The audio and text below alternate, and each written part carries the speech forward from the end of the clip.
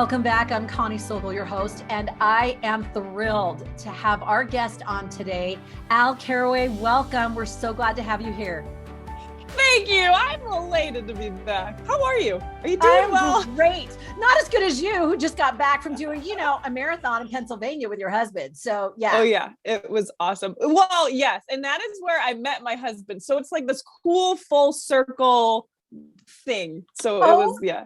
My goodness. Well, we will have to bookend that. So stay tuned. I'm going to give official bio and then we're going to jump in. That is fantastic. If you do not know Al Carraway, where have you been? But she is a convert of the Church of Jesus Christ of Latter-day Saints. She is a writer, a multi-award winning international speaker, and author of the best-selling books, Wildly Optimistic, More Than the Tattooed Mormon, and Cheers to Eternity. After about a decade spent in Arizona and Utah, she is now back in her home state, living with her husband, Ben, and 3 children. And she has spent the last 11 years traveling the world, inspiring others with the story of her conversion and faith through difficult times. And I love her passion that happiness does exist, and it is through the gospel of Jesus Christ, and it is in every fiber of her being. It is an absolute delight. Every time you get to hear from this woman, you can just feel it leap across the pulpit and right into your heart. So let's jump right into the beginning of how this kind of began, because you made this pivotal move from New York to Utah. So what inspired that? And what was one of the biggest challenges of making that huge move? The whole thing was the challenge. The whole thing was a complete 180. But in this moment, I just joined the church, just turned 21. I just was abandoned by my family, and I thought God could not ask any more of me. And then he does. And so he rips me away from the only way of living that I know of, leaving behind my family, having to cope with the idea that maybe I could never hear from my dad ever again. And I thought that because God wanted me to do it, this is where things would get better, a little easier. They make a little more sense, and they just got so much worse. They just got so much worse. And I really had to figure out kind of a solution to this structure of unwanted and unexpected that I am consistently still in, because people were so mean to me. I didn't know how to react to that. I was dealing with new things that I didn't even know was an issue until I moved and joined. I don't know. It was a lot. I was coming from a place of anguish because of all the sacrifices with my family and joining the church. And then they got worse because people just didn't treat me that well. I was still trying to figure out what the church was and how God spoke to me and navigating all of that. And then, I don't know, it was a lot. It was hard. It makes me think about converts. Now, my family's left the church and I came to BYU, and I kind of can relate to you on a very small scale that way. I remember the first night we had dorm room devotional, and I'm clapping after it because I don't know you're not supposed to clap after it. And I'm wearing a pantsuit to the temple because I don't know you're supposed to wear a dress. So there's these things that people who are established in the church don't realize that converts go through, and the learning of it. It's a whole different dialogue, a whole different culture. And that's different than the doctrine, right? Than this culture versus doctrine and things like that. What were some of the spiritual tools that helped you? Because that's huge when your whole foundation of family is gone and now you're trying to establish a new one and people don't understand you and are judging you. What were some of the spiritual tools that you really had to get core on? There's so much. When we ask someone to join the church, and when they do join the church or participate, in any way, it's not just like, it's a whole reconstruction of themselves. Yes. For me, it is 21 years of habit and traditions and things that you love, culture things that just are, that you grew up with and don't know any different. It's not just what you have to do that's different, but even the way that you have to think and process has to be different. Like, joining the church is the most personal thing you could ever ask of someone. It is having to cope with the idea that they have to leave behind things that they love, traditions, family, and they have to navigate, well, what now? What next? I'm still learning. I don't even know much of anything. And I didn't have anyone, friends wise, I worked the night shift. People drove up to an hour and a half to our singles branch. I didn't have a bunch of friends that I could see. We were spread apart and scheduling, and it was just me, and it was pamphlets, and it was my life unraveling because I got baptized. And so I just guessed my way through it from actual pamphlets that the missionaries gave me. And it was, I think, probably one of the biggest things that I do now every day still. My biggest rule of thumb to life is to pay attention to a reoccurring thought in any way. And so maybe that reoccurring thought is to move across the country. Like, why does this state? I forgot Utah was even a state. Like, you don't hear about Utah if you're not like within I didn't know. And so I'm like, why the heck does Utah keep coming into my brain? Well, let's just figure it out. And so I go, and, I didn't have anyone, boys didn't want to date me, but I had this reoccurring idea, like, let's just do it. It was between me and God, because he was all I had. That was the only way I figured out how we work together so well, because I was able to experiment with him. If I just sacrificed everything to a God that is real, then in the times that I don't see him, feel him, hear him, I like to ask myself, well, instead of saying, well, he's not there, I have to reel myself back in and be like, what if he's teaching me something new? If I believe that he is real and he is mine, which I do because I sacrifice for that, then in those times I don't see him, feel him, hear him. I like to look for productive ways to see what else, what next. And so having it between me and him, experimenting, being productive and not destructive in your unwanted and unexpected, taking a chance on your reoccurring thoughts is kind of the outline of what I came up with, I guess.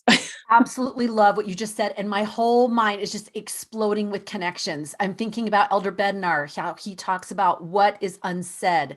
And that's what you're talking about is, okay, when I'm not hearing it in the usual channels, what is being unsaid that he wants me to dig a little deeper for? And I love that you allowed yourself to experiment upon the word, just like Alma said, that it's a continual conversion. And I think even established members in the church we can get casual, as Elder Renlund has said, about how we feel and connect with God. And you have a very real relationship. And you just mentioned that a second ago. What is it right now that helps keep that real? I know you talked about the recurring thoughts, and I love that, but you're in a different situation now. You are not a fresh convert, fresh off the boat, so to speak. No, it's been 12 years. It's been 12 years. And it's different, and it should be different because you've moved along that gospel path and you've gotten deeper and there's more breadth and all of that. How has your ability to connect with him shifted? What have you noticed? As we go along that gospel path, we mature and we do things differently. We don't have to kind of be hit over the head all the time like we used to be, maybe. But how has it shifted for you in any way? Well, right out of the gate, I learned to be honest with him because no one taught me this proper way of anything. And I don't know if it's the New York in me, but I am extremely blunt to a fault a lot of times, but I just say it how it is. If I'm mad, if I'm confused, if you've upset me, I'm gonna let you know. I try to articulate it in a way that is not angry, hurtful. I love it. I am beautifully blunt. No, I don't know. And so that is how he has become real to me. I know that people talk about gratitude and all things and counting your blessings, but I am not that person. To me, if I'm thinking about all the things that are going well when I'm struggling, I feel like I'm at a standstill because it doesn't help me move forward. So instead of counting my blessings when life is unraveling, I go to him and I am extremely honest with him. And I have found that my specific prayers receive specific answers and I am able to move forward more quickly because I take it to him in a direct and specific way. I talk to him as if he is standing right in front of me, and that is how he has become real to me. I realized that I subconsciously put this box around him and how he comes to me and how he speaks to me. A lot of times, this is going to be kind of a statement you'll want to think about because I feel like it's profound. But a lot of the times, if we're not getting what we want or expect, we say that God is not there and he is not listening. If we are pleading for something that is important and it doesn't happen, we start to wonder, is he even listening? Like, what? That's not what I wanted. And so we say, yeah, he's not there. He's not listening. I'm not getting what I'm working towards, what I'm asking for. And just how limiting and inaccurate those thoughts are. The adversary, he is most productive in getting us to stand still and to skew our perspective. 98% of the time he gets to us in our mind, to view it all backwards. And so anchoring myself in the knowledge that he is real, then I could be productive. I could be honest. I can cast the adversary out. I can try and remove these limitations that I ignorantly put around God. I say, this is how he has come to me, because this is how he's come to me in the past. So that when it's not in that way, I say he's not there. So I try to remove those limitations. I try to not limit a limitless God. And I remind myself that my favorite things have come from the times I have lost my voice, wondering where he is because I was screaming so loud. I am learning to embrace the unexpected, because the unexpected usually for me has always been God intervening. And I remind myself all good things come from God, including feelings. So even though my situation is not good, God still is. God is still good, even when our situation is not, because even if things are unchanging and passing time still happens, I can say, well, my kids, they made me laugh today. And you know what? That is good. That could not exist if God did not exist. Good could not exist, even feelings, if God was not real. So any good feeling, any feeling of hope, or, another chance to go at it again, or that just the littlest feeling that all is not lost, like that is God participating in your personal life. That is you experiencing God. And so I always tried to take a step back, recognize the adversary, and look for him, because he is there. And that helps me to move forward through the trials that he endlessly gives me. I so appreciate how your feelings about the gospel remain so core. And I've watched this through your journey, especially if we can tap into this for a minute. I know President Nelson has shared that two of the most fundamental things are knowing our purpose and our identity. And I see you cling to that, hold on to that, and build onto that. And I know that you've had some really, over the years, continually negative responses from people about who you are, tattoos, your experiences, all the way down to, and you brought this up in a blog that was almost brought me to tears, where people had said such rude things: you don't belong, nothing about you is Mormon anymore, that God doesn't love you, and about things like your weight, your hair color. I mean, it was mind blowing. In fact, I thought about Marie Osmond saying when she was 15 years old, the producers of the show kind of stopping her in the parking lot and saying she was obese and disgusting at 103 pounds. And she starved herself to 97 pounds because of the responses she was getting. So I just want to talk about this for a minute. You have been able to handle for years, 11, 12 years, people being negative and having opinions and expectations. And I've watched you be able to handle this in a way of, instead of it making you scared and isolate, to stand firmer and stronger. What are some of the tools that you've used to keep in that space? Because I know people listening, they want to be writers and speakers, they want to share God's message, but they get that pushback and then they start to shrink. What are some of the things that you've been able to use that have helped you stay in that strong, immovable space? Well, if you want to be a writer and a speaker, you cannot bank on receiving anything from anyone. You cannot feel filled by the response of others, because you will be very unmotivated. You will be very disheartened. I get asked all the time, oh, doesn't it feel good when people say, oh, wow, you really helped me, And I said, I don't even think about it. I don't hold on to it. And I can't, because, and here's where it stems down to. When I first moved to Utah, I was 21, and I have never once felt uncomfortable with myself. Not once in my existence until I moved to Utah. And for the first time, I had people telling me, yeah, God could never love someone like you. Why would I ever want to date you? Who is going to marry someone that looks like that? Like, are you serious? How many guys, they just wouldn't for years. They just didn't. And you have to realize, I remember I was asked this question, what do you wish everyone could do before they graduated high school? And my response was, learn to love yourself. If you invest in self-love, everything else becomes noise. I invest very personally and individually every day. Every day I have to invest in me and in God. And when you love you and when you know God and you've learned to hear him, then everything else is noise. So good or bad response, I'm still going to do the things I feel God wants me to do or right. And do I get it wrong sometimes and it blows up in my face? Yeah, I do. I'm still guessing.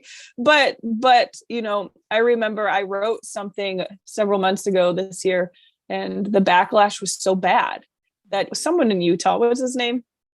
Burgess Owens. It was so bad that he calls me on his personal cell phone. I didn't even know he knew I existed, but he found out my phone number and he called me to see if I was okay because the hate was so bad. It was so bad. And after a few weeks, it was snowballing into something even worse. It wasn't blowing over because people just drop this weight on you. And then they just move on. It could be the weight of their problems, the weight of their opinion, the weight of their hate.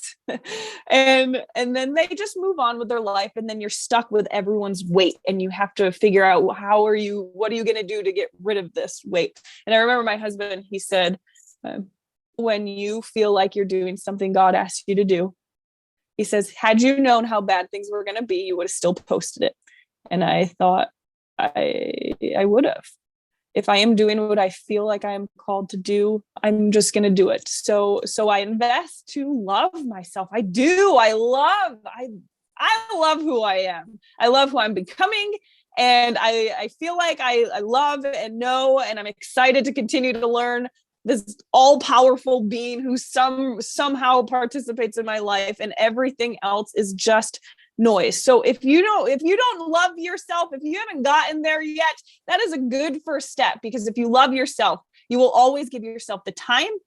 And if you don't love yourself, say yes to new things and to different things, and get ready naked, and just do the things that make you feel filled. And what a disservice it would be to show not show your kids how important it is to take care of yourself in your own life. I get asked, don't you feel guilty for doing all these things? Don't you feel guilty for going to Philadelphia, all weekend just for mom to run a race? And I'm like, no, I don't feel guilty. I'm going to do it because I love it. And I'm going to take my kids along with me so they can see firsthand that it is important and it is necessary, that you're important in your own life. You are important in your own life. Do the things that make you happy. Do the things that make you feel filled. Love God and serve him, and everything else is just noise. And then when you do that, you worry about you, when you worry about God, life, it just blossoms. It just blossoms. It's not about them. I love that you make that point, because sometimes people end up with parallel lives with their children and with other things. They think this is one compartment and this is one compartment, and it's woven together. And as you feel you are fulfilling God's will, you're exactly right. What are the things that your family is learning from you training for and running a marathon with your husband? It's fantastic. And I love that you have been open to what God has asked you to do and those new tracks, those different roads. So let's talk about that for a minute, because you talk about the unwanted and the unexpected, and there has been so much unexpected in your life and so much good that's been unexpected, but still that comes with fear, that comes with the unknown. How have you been able to lean into and embrace the unexpected? What have you been able to do that? And what has it taught you? We last year moved from Arizona back to New York, and God told us to do it. It was his idea. And we bought a house over the internet. Don't recommend it. Moved across the country, and we get here and we didn't get the house. And we were houseless is the word I will use, for 2 months. And I remember thinking, if God asked me to do something and it didn't work out, how could God allow me to not have a home to bring my children? Even that seems a little low for him when, my children are involved. Do whatever you will with me. We were in a single room hotel and the time just kept passing. And the worst thing was that it was all out of our hands. There was nothing we could do that would have changed it. It was, COVID and insurance and backup, it was everything that we had no control over. And weeks are passing and over a month passed. And I remember collapsing on the floor in front of my kids and then the hotel room, because where else would they be? And I remember telling God that I have nothing left. I'm thin. I got nothing. I felt like I was being left out to dry.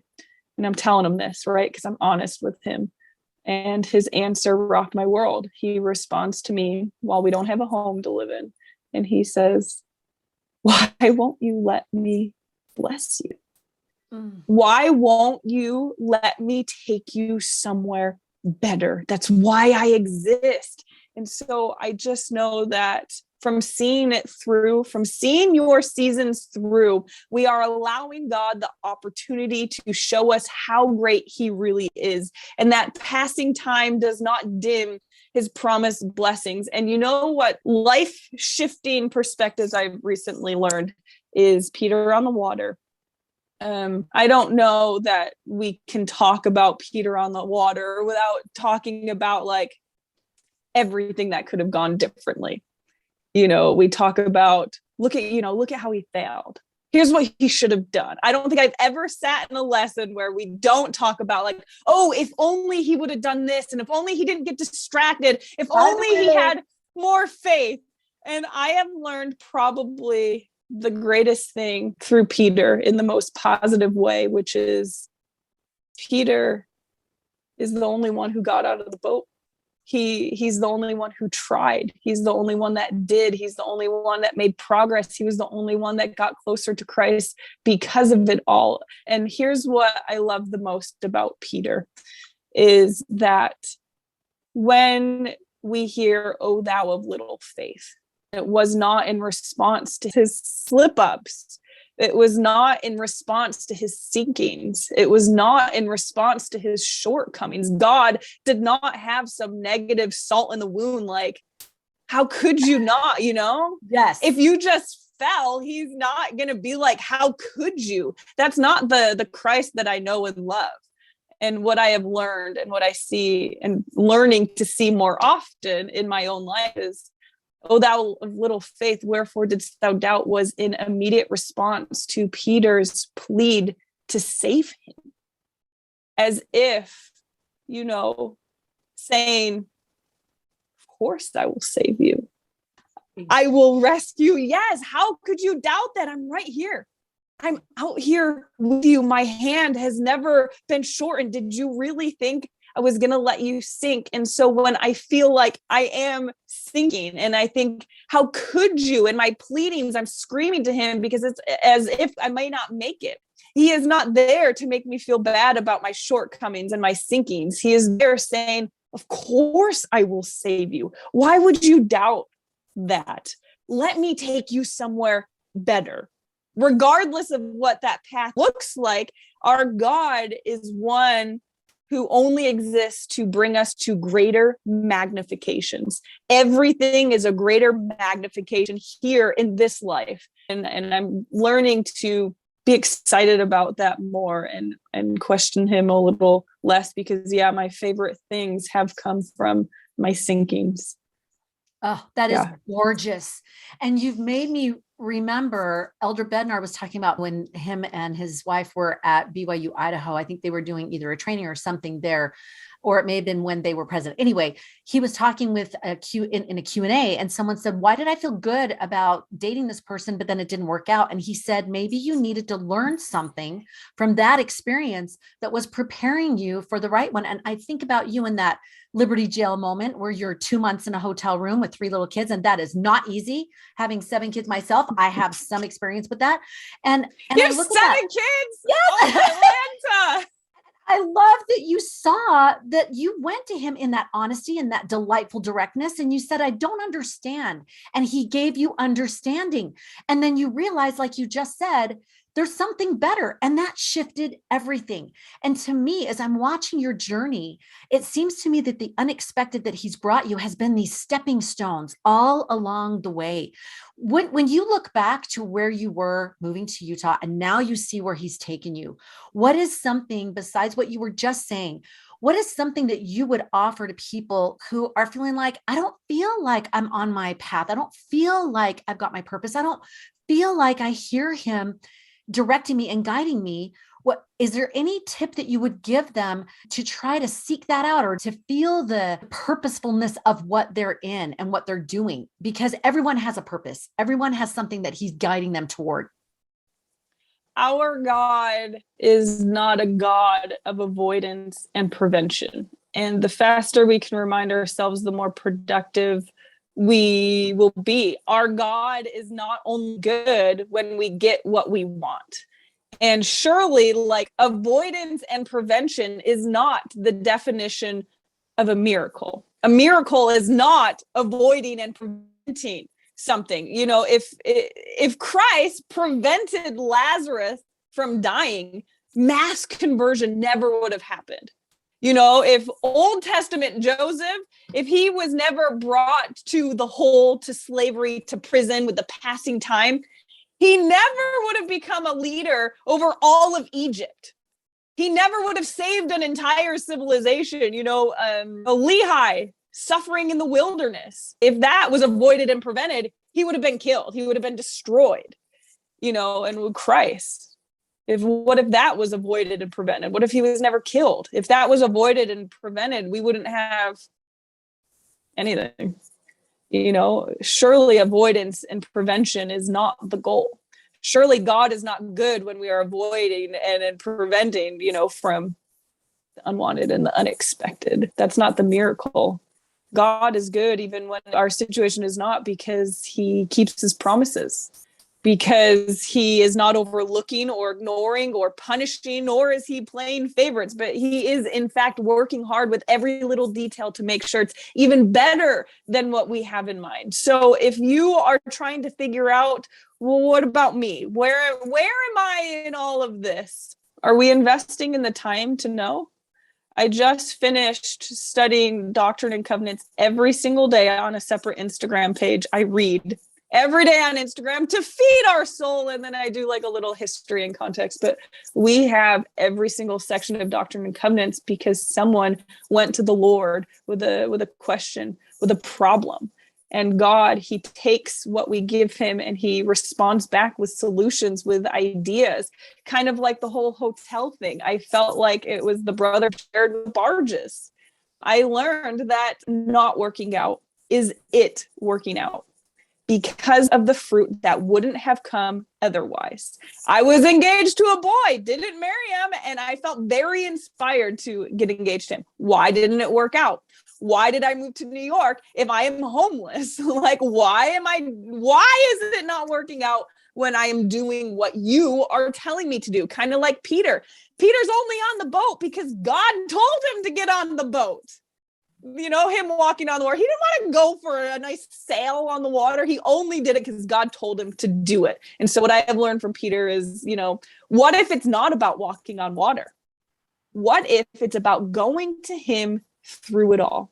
If our God is one who even the winds obey, why didn't he stop the winds while he walked? Why did he tell him to get on the boat during a storm that he could have stopped and didn't until he was back on the boat? What if it's about going to him through it all, you know? And so be honest with him, invest in learning about you, say yes to new and different things, and feed your soul. Are we doing the things that feed our soul? I don't know, but take it to him and pay attention to the unwanted and unexpected ideas that come up, because, you know, are we allowing God to be God? I love that you share how to lift our sights and look deeper, farther, higher, because that's where he's looking. That's where he's taking us. And I want to shift gears for a second, because another unexpected is that of you being able to meet your husband. So I would love to know, because a lot of people don't know, how did you meet your husband? You've got people saying no one's ever going to date you. And then you go to this opposite of finding this amazing man. How did you guys meet? And what was the thing that shifted for you? We pen palled each other for 1.5 years and we never knew each other. That's how we met. He was serving his mission in Philadelphia, which is where we just were. And he was one of the, I think, 5 missions that piloted Facebook way before they were allowed to be on Facebook. And at the time I was making YouTube videos. So his entire mission added me on Facebook, and we would talk about his mission. Never really anything else, but he was allowed on for an hour every day. And I had a desk job, so I was on every day, and we would talk. And every day I would get his emails. I would get like a Facebook message because he was on Facebook. And we talked about the church every day for 1.5 years. Wow. Not thinking we would date. I probably wouldn't have done that if he thought, if I knew he thought something could come from that. But he calls me right after he gets released. We hung out the very next day, his first full day home from his mission. And now he's stuck with me. So I love that your first and solid foundation was gospel connection. And that's how you saw each other. And that sounds pivotal, because that's the whole crux of your life and what you're doing is sharing your gospel experience. I was already endowed and I was working Saturdays. And then aside from that, now I am very single, mind you. I wouldn't even come close to this now, but at the time of my very singleness, I was going to the temple 3 days a week, twice for myself and then once for my shift. And so when he got home from his mission, I said, this is what I do. You can either come with me or don't, but I'm doing it anyways because it's important to me. And so our very first time ever meeting in person, we go to the temple together because I was not going to let some boy change what I wanted to do. And that's been so good for him to right out of the gate learn and really flourish in just this encouragement of things that I want to do. That is fantastic. I love that. I love that you stayed true to who you were. And you hear that from leaders who say, you get it in the doing, right? You're going to find the person in doing what you love to do and be who you are. So fantastic. And I want to take that one step further. Now you have 3 children. Again, another unexpected, right? What is it that you find yourself teaching or sharing or doing with your girls that maybe you wish someone would have done that with you when you were young, or that you look and go, I'm grateful I get to do this with them now and start them on this trajectory? Oh, I don't know. I didn't really grow up in a religious household. So anything I'm doing now is better than what I grew. I'm like, well, I'm doing better because I didn't have it at all. So that's nice. No, what most important to me is like, we're only here once. Like, we're alive. We have breath in our lungs and a heart that is beating. And this is it. Now is the only time. And I absolutely want to teach them to be intentional about what we're doing with our time. We don't have a lot of money. We barely have money, but yet we went somewhere new every other week this summer. We just got in the car and just drove. Sometimes we didn't know where we were going, but because it's important to us to just take advantage of what we have, because this is it. All we have. What if all we have is today? And so I want them to know what is most important. God is most important. Living a life of great passion is important. We don't have time to be upset and confused. It's fine to feel those things, but it's not fine to live in it. Here's ways that I've learned to get out of it, to be productive with it, to just laugh it off, to say yes more. And what makes you happy? If it doesn't, why are we doing it? Don't do it. Who cares? You don't know what makes you happy? Let's try a few things. Why not? Why wouldn't we invest in ourselves and in this life? Because we're only here once. I want them to know that God is real. I never say, let's pray. Did you say your prayers? I don't use that verbiage. I say, have you talked to God yet? And when I say it that way, their prayers have shifted. Their perspective, it just shifts into something that is more tangible and real. And that, I think, is such a great tool. Did you talk to God today? Sometimes if we say really quick prayers, I'll say, Gracie, is that really what you need help with today? And she goes, no. I said, let's try it. And we do. It's important to talk to him, really talk to him, and to say yes, and to love what we have. This is gorgeous. I'm a pretty passionate person, and I am feeling electrified with this passion of living today and loving who I meet and grabbing my kids when they walk in the door today and just giving them a love. Like, I seriously am so inspired and so excited about this. I love that you have been able to keep the passion, no matter what's been happening, no matter what people are trying to, poke the balloon. I'm too stubborn. There you be. I refuse to be unhappy, dang it. And Susan in our ward is not going to be the reason why I'm living a crappy life. I don't care what you say to me. I mean, so yeah, I'll probably cry about it for an hour, but like, man, I refuse to have a bad life. So if it's bad right now, let's figure it out. I refuse to let anyone bring me down. Like, I'm too stubborn to live a bad life. And so I am desperately seeking ways to magnify it, because I know that is what God exists for. So fabulous. And I think this is why I remember you had said once before that one of your books, even though you've loved all your books, I know I'm a writer and you love your books. It's like children, but there is one that you just go, that was my opus. That was my reason for being here. And you've said that about the book, Wildly Optimistic. And I think it's a beautiful connection to what you're saying and your attitude about life, your perspective, this whole feeling of why wouldn't we be optimistic? We are given all the gospel tools. We have the plan of salvation. Everything else is just ancillary, and we're getting back to him, and what a gift. So in that, is there one topic, one principle in Wildly Optimistic that stands out to you for those that are listening that you're like, ooh, that is such a core thing for me. That was such a reason why I wrote that book. Is there one that stands out at all? I don't know. I think it was everything that we talked about. Each chapter is a theme within a trial. Each chapter is when we don't hear him. Another chapter when it's not what we wanted, when it's not working out, when we need to change, where, every chapter is something that I've struggled with and found him in through the struggle. And so it's like, if you feel at any time that you do not feel him, hear him, see him, that is a book to read, because it is a good perspective change, because the adversary absolutely exploits us in our wonderings and in our wanderings 100%. And how to get rid of them, because we can do it. And you keep moving fearlessly forward. It's just beautiful to see you take the next step, and you're not worried about it being a beautiful step. You're just taking the next step.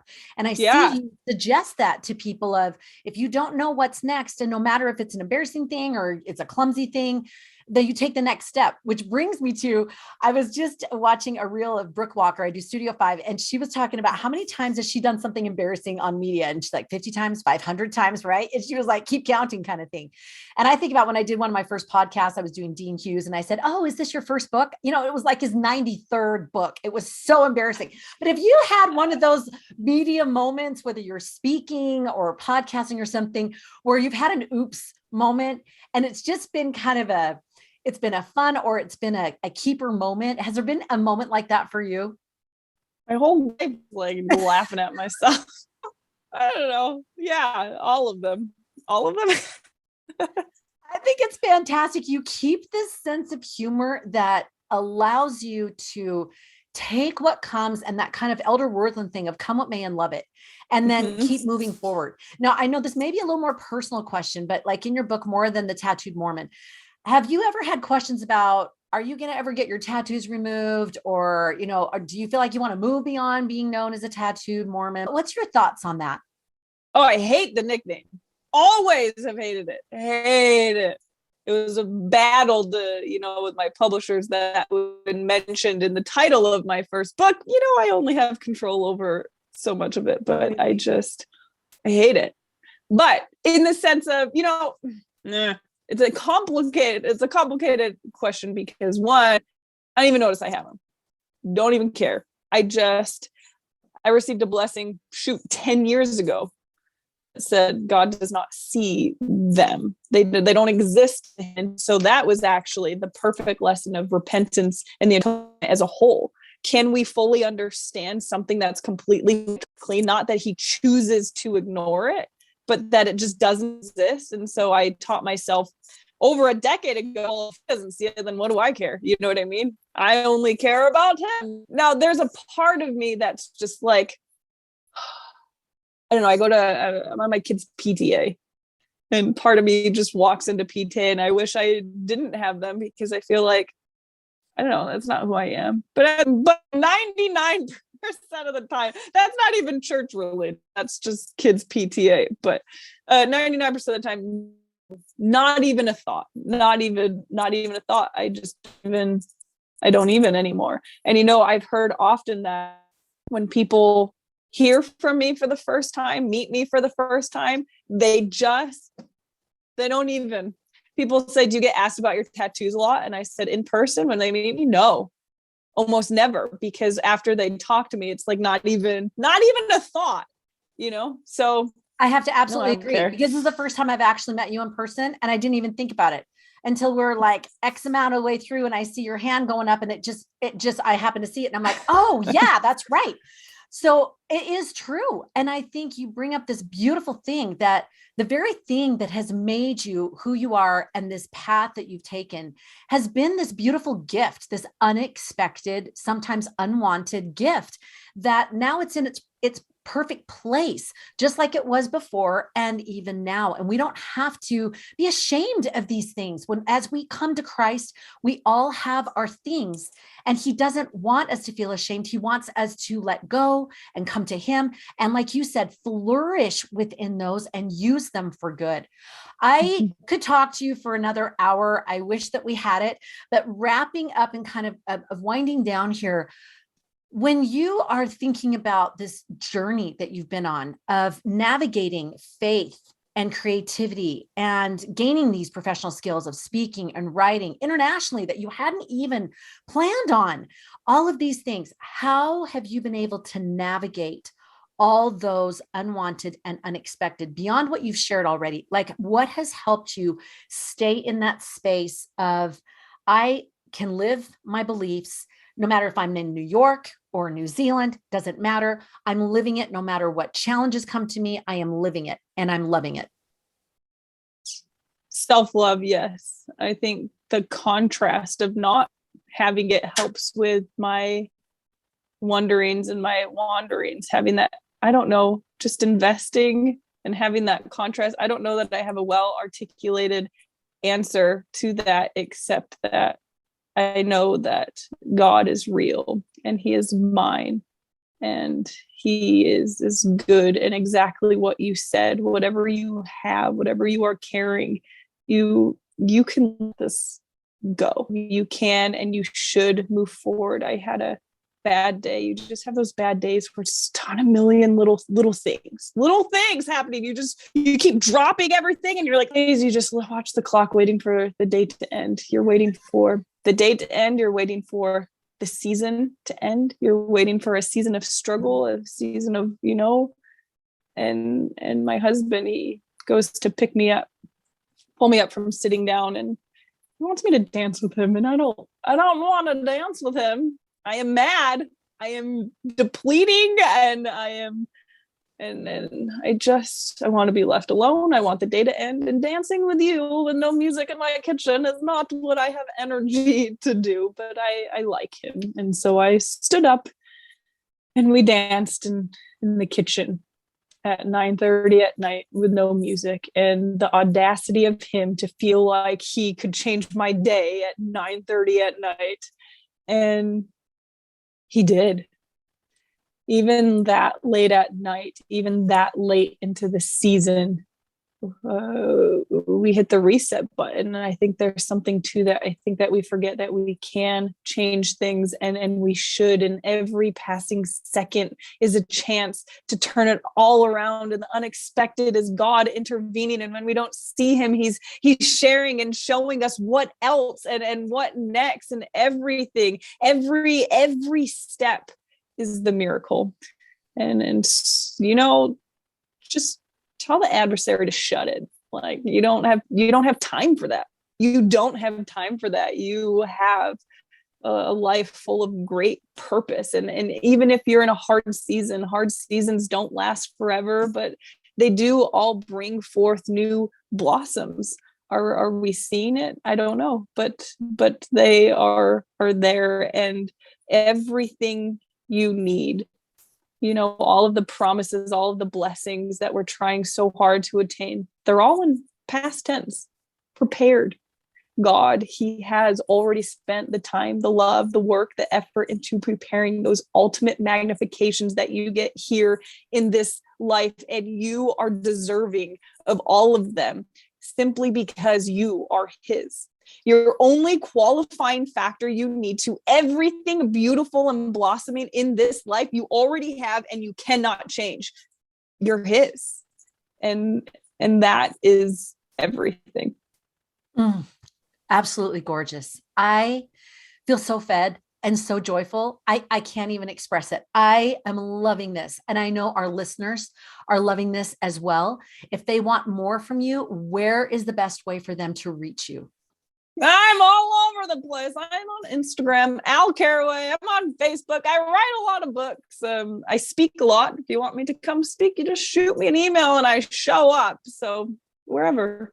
Fantastic. Amazon has her books, and absolutely love these gut truths and this honest New York, beautiful, passionate way that you share them. It is just a shot in the arm. Thank you so much. And thanks for sharing your time and your passion with us today. And for those of you who love this interview and want more, go below, rate, review, and subscribe. And as always, check out the other interviews we have that help each person who comes to this table to feast find and navigate their way through the intersection of faith, creativity, and professional skill.